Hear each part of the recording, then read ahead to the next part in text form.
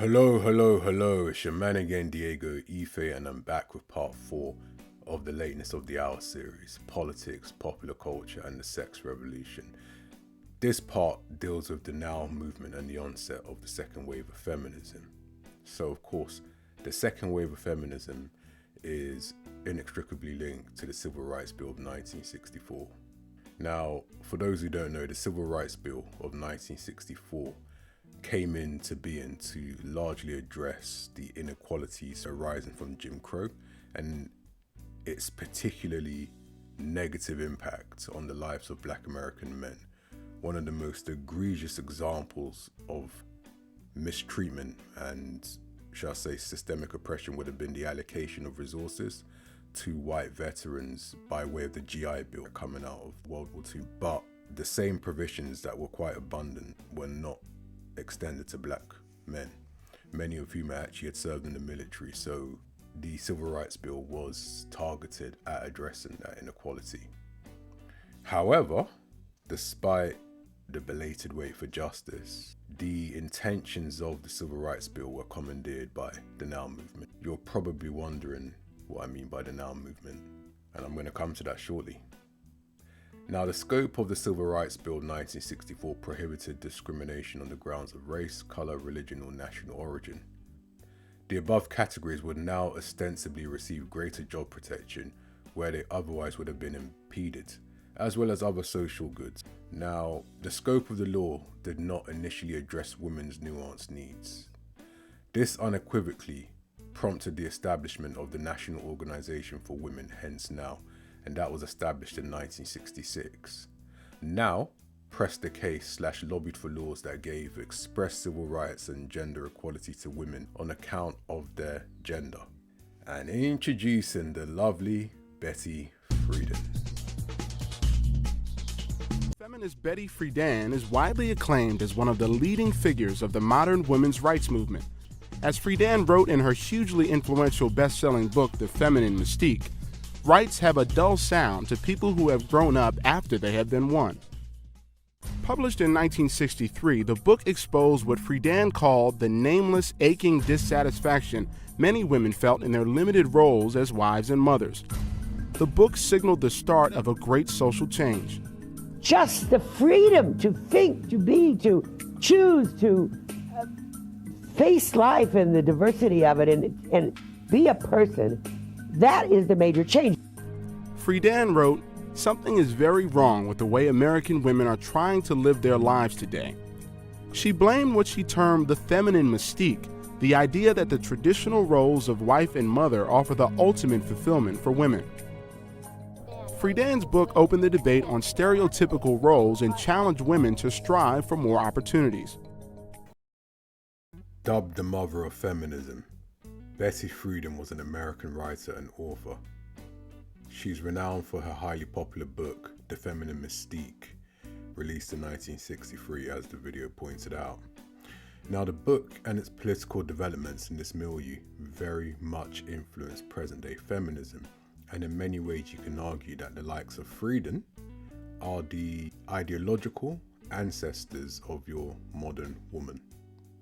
In any case, when she first emerged in this political arena, she eschewed sexual liberation ideation, and that's going to be important as we move on. Friedan contrarily fought for women's freedom in the public square, the workforce, and academia. Her political position was largely influenced by Betty's sacking from her job in the 1940s for being pregnant. This fate also inspired feminist ideology in the likes of journalist and author of Subverted, Sue Ellen Browder, who's another influential figure in the second wave feminist movement.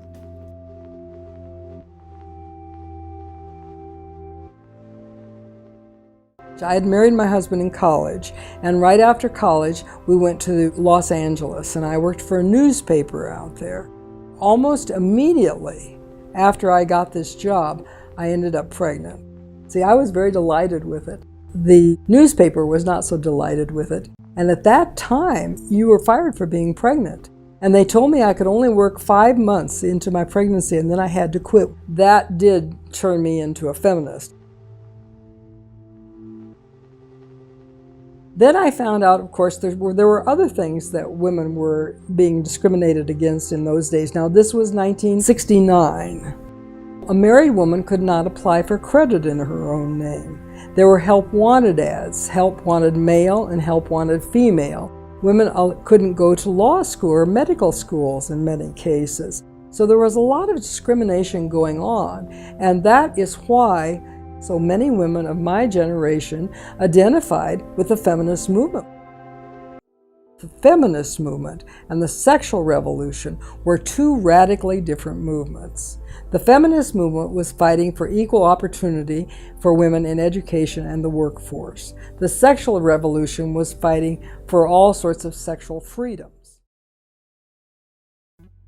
Now, Betty Friedan was initially against the sexual liberation movement. Moreover, she was vehemently against the brand of feminism pushed by Helen Gurley Brown. Brown authored the bestseller Sex and the Single Girl, released in 1962 and made into a movie in 1964. Sex and the Single Girl was arguably one of the most influential productions that set the tone for commercializing sex for women's consumption. Helen Gurley Brown was the editor of Cosmo. She's the one that took Cosmo and turned it from a general interest magazine into a sex rag. It's a magazine to help this young woman realize dreams, hopes, ambitions, to help her find a man, keep a man, get him back if he's going, get a new one if he left. Helen Gurley Brown, the longtime editor of Cosmopolitan magazine and an early advocate of sexual freedom for single women, died today after a brief illness. She was 90. Brown first made literary headlines in 1962 with the publication of her best-selling book, Sex and the Single Girl, an advice and opinion book which helped ignite what became known as the sexual revolution. It would later become a hit comedy starring Natalie Wood. See? We're holding hands and nothing is happening. Something is happening. 3 years later, Brown took over at Cosmopolitan magazine, making it an influential monthly guide for fashion-conscious, independent women whom she called Cosmo Girls. Sex, of course, is not the determining force in a woman's life. I say it's one of the three best things there is, and I used to say I don't know what the other two are. I finally decided what the other two are. It's called eating and breathing. Brown was Cosmo's editor-in-chief for 32 years. Even after stepping down in 1997, she held a permanent place on the magazine's masthead as international editor. I thought it'd be prudent to just give a bit more context. I showed those clips to give a bit more context into Helen Gurley Brown, given she's so significant to the present day iteration of the modern woman, and yeah, a lot of what makes up her personality. Just very important, and you'll see that with time as this series goes on. Now, Betty Friedan took a very dim view to Helen Gurley Brown's ideologies. She labelled Cosmo magazine as quite obscene and horrible, and an immature teenager-level sexual fantasy. Remarkably, however, Friedan performed a volte-face 4 years after releasing The Feminine Mystique.